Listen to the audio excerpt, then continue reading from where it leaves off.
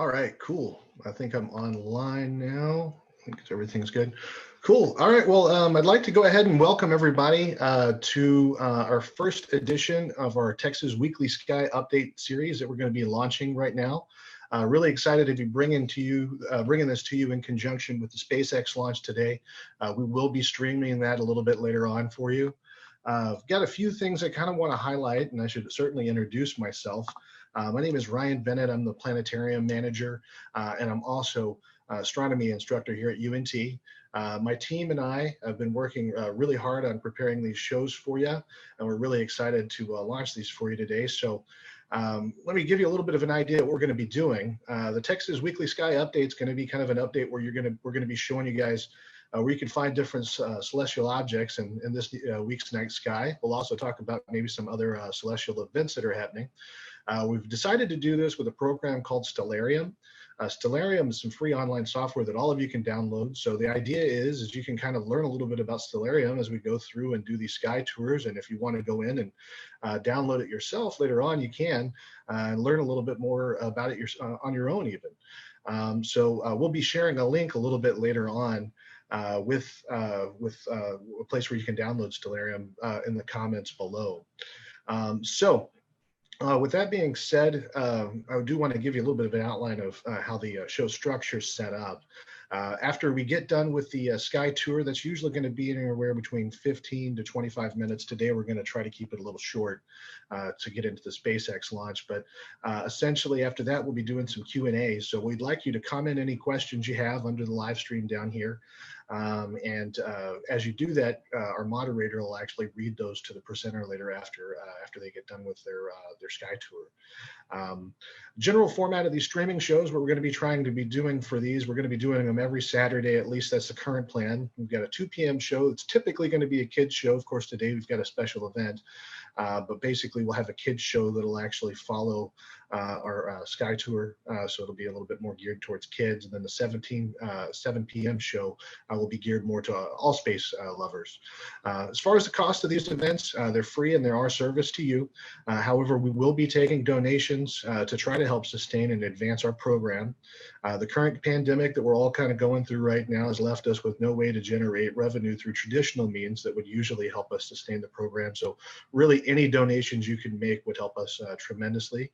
We'll be posting a link a little bit later on, again, where you can go in and donate. And if you've got it, if you could donate $1 to $5, that would be very, very helpful to us. For those of you that are feeling a little bit more generous, our director, Ron Delio, has got an exciting offer for you guys. The first 25 donations of $150 or more will receive a meteorite from his personal collection, along with a certificate of authenticity.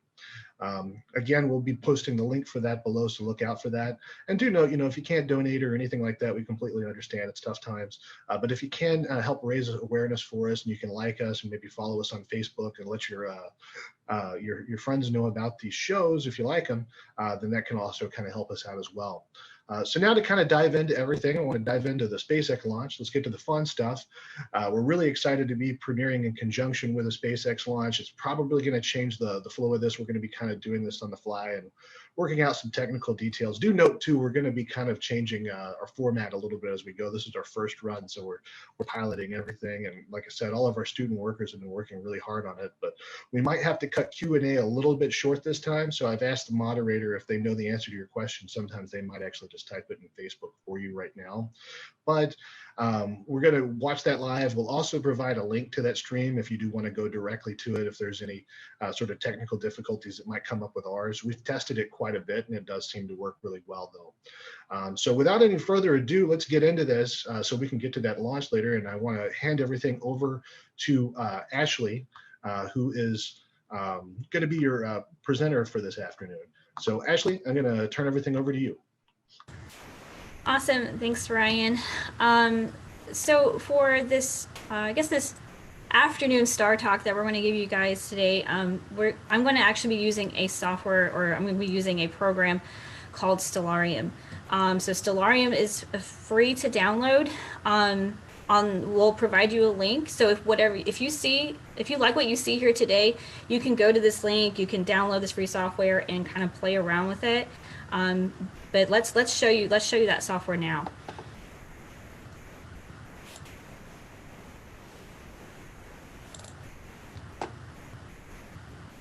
All right, so over here, okay, so over here we have, I just brought up the, just the current time and the day as well. This is probably, depending on what time you load up Stellarium, this is what you're going to see. So right now it's just the middle of the day here, bright sunny day. So let me just introduce you to the panels here that we have. There's one here on the left. This is going to be your location window, date and time, and various other buttons here. Let's start off with our location window. So when you bring up location, right now I have it set to Denton, but if you're not set in Denton, you can just click this box to get location from network. You should just pull your city or your general area, or you could just type in your city right here. Or you can just go to that long list of city names here. You can choose from any places from all around the world just to get a peek of what their sky looks like at night, because it can be different. The stars that the people see around the world can be slightly different from what you see at home, depending if you're way up north or way down south. Yeah, you could have a long list to choose from here. All right, so we are in Denton. Whenever you choose a location, that doesn't change the landscape here. It just changes the sky. So the landscape is actually a different setting that you can get from the sky and viewing options window here.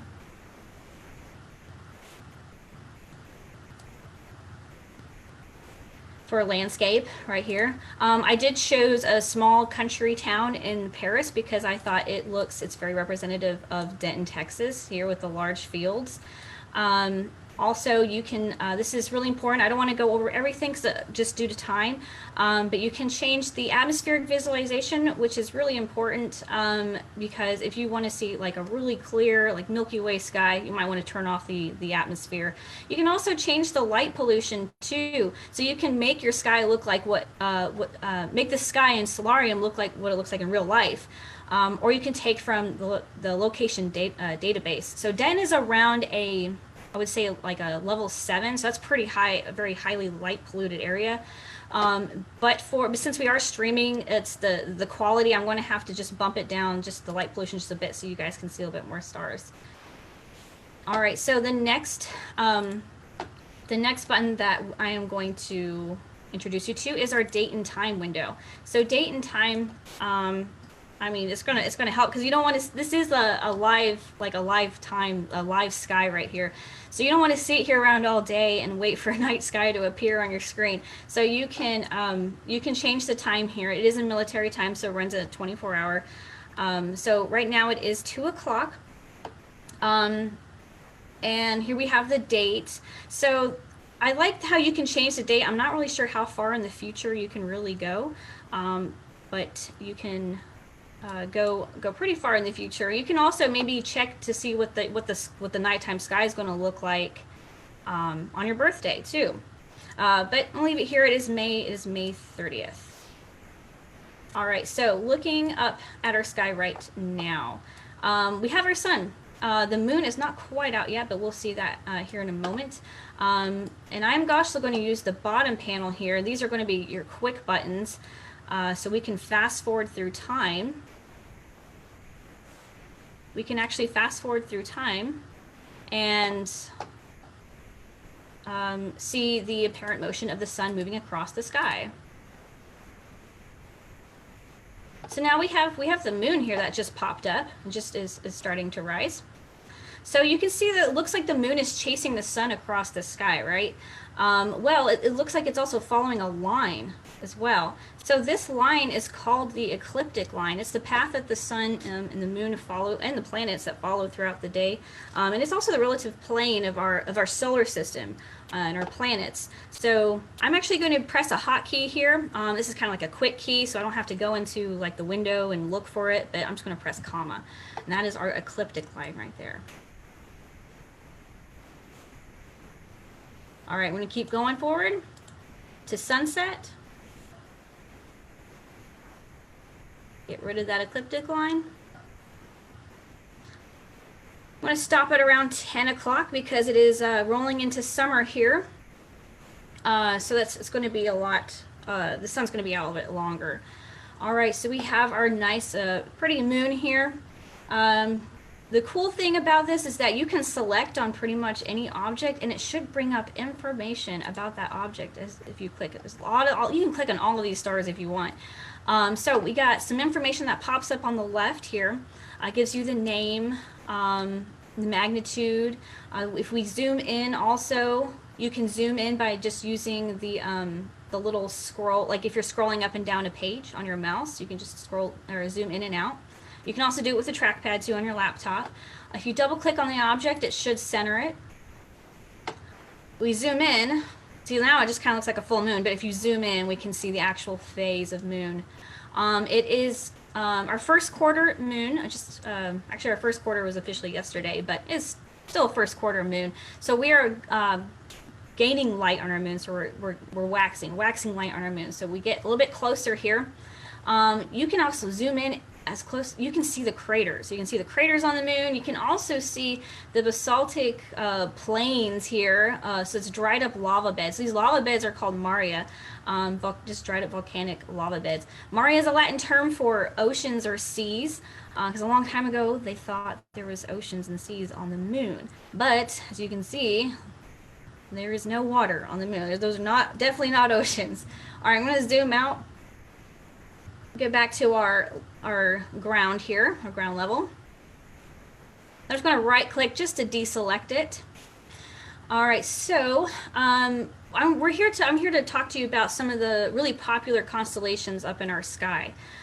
So we have some very popular 3 springtime constellations, but before we find those constellations, we have to orient ourselves here in Stellarium. So, and also if you want to go outside too. So what we're going to do is we're going to find the Big Dipper. I'm just going to scroll out a bit though. And if you just kind of look straight up, you should be able to see the Big Dipper right here. So here's the Big Dipper. It kind of, depending where you are and what culture, some cultures see a plow, some see a pot or a spoon. To me, it kind of looks like a big pot. So here's the handle of the pot, and then here's like, here's where you can cook your food right here. But you're gonna go to the handle of the pot here. Well, actually we have to, okay, so we found the Big Dipper. Sorry, we're gonna use the Big Dipper to find the North Star, right? So we're going to just turn around here. You can click and drag. You can click and drag your scenery. So we're actually facing the Big Dipper right here. So you can go to the edge of the pot here. And these are called our pointer stars. So you can use these stars to point straight down to our North Star. The North Star is located in the Little Dipper.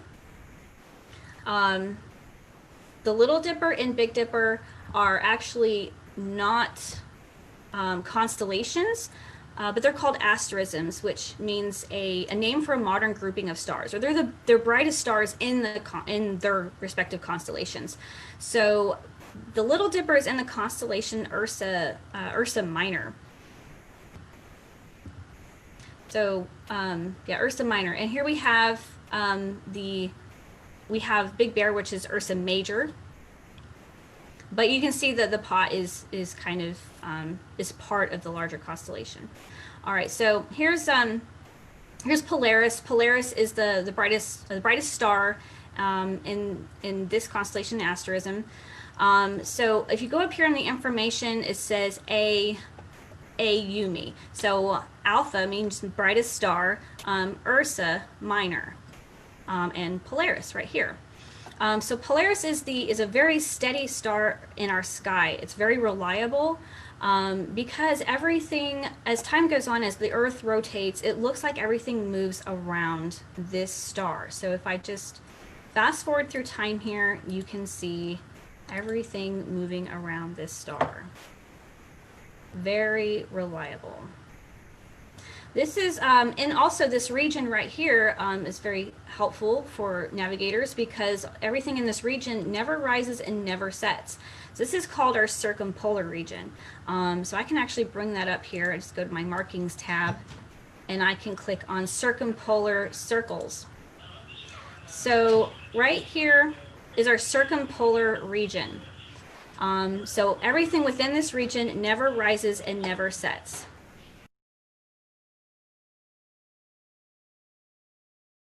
All right, so we have, yeah, everything in this region never rises or never sets. Just fast forward through here and you can see that. Some of the things that you see going across the sky, you might see some things that look like they're shooting stars.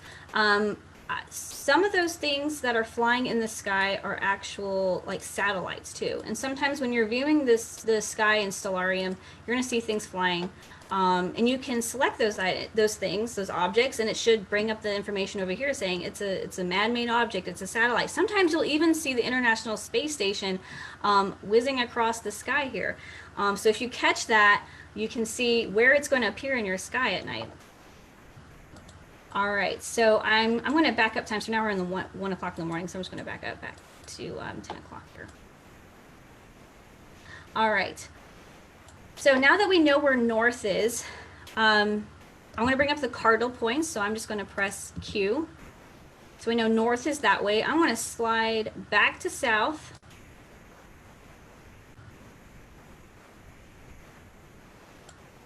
All right. So we can still see the Big Dipper here, and we can use the Big Dipper to find these 3 springtime constellations. So we're going to use a few sayings to help us star hop through our sky. So we're going to use the handle here kind of looks like an arc, right? So the first saying goes, we're going to arc to Arcturus. So just draw an arc through there, and it should just kind of swing you to this bright star right here. So this star's name is Arcturus in the constellation Bootes. It kind of looks like an ice cream cone.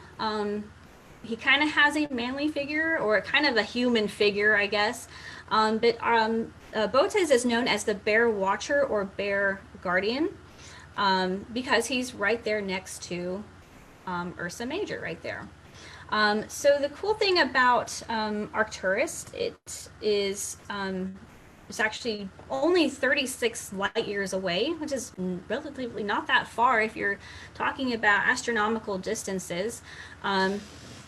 But that's how long it takes for light to travel from the star to our eyes, about 36 years. Kind of like how our sun actually takes 8 light minutes to travel to our eye. So if the sun were to just disappear all of a sudden, we wouldn't know till 8 minutes later. So this star is about 36 light years away.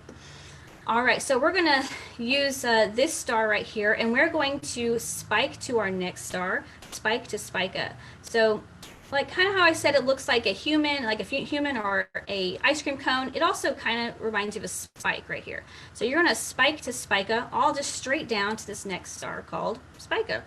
So Spica is in the constellation Virgo, the brightest star in the constellation Virgo. It is a blue giant. It's a blue giant star. When Arcturus is just a red giant. You can also kind of see also in the text might be kind of orangey or reddish. While when I click on Spica, it's kind of bluish. So that tells you what kind of star type it is. The blue stars are going to be very, very hot stars, while the red and orange stars are going to be cooler. When I say cooler, I don't mean you can get really close to the star. I mean, it's still extremely hot, but they're cooler than the blue star. So you might be confused because usually people associate the the blue, like the blue colors, maybe purples as colder colors. But if you look at a flame, a candle flame, you're going to see the bottom of that flame is blue, while the tip of the flame is kind of maybe yellow, red, and orange. The bottom of the flame is going to be the hottest part of that candle wick, the hottest part of that flame. So blue is hotter than the orange red stars. All right, so Spica is around 260 or 250 light years away, excuse me.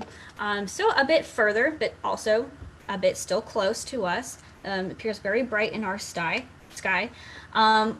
So Spica is a binary star system. So what do I mean when I say that? It means that the alpha star, so Alpha Spica, has a companion star. He has a little buddy. He has a friend.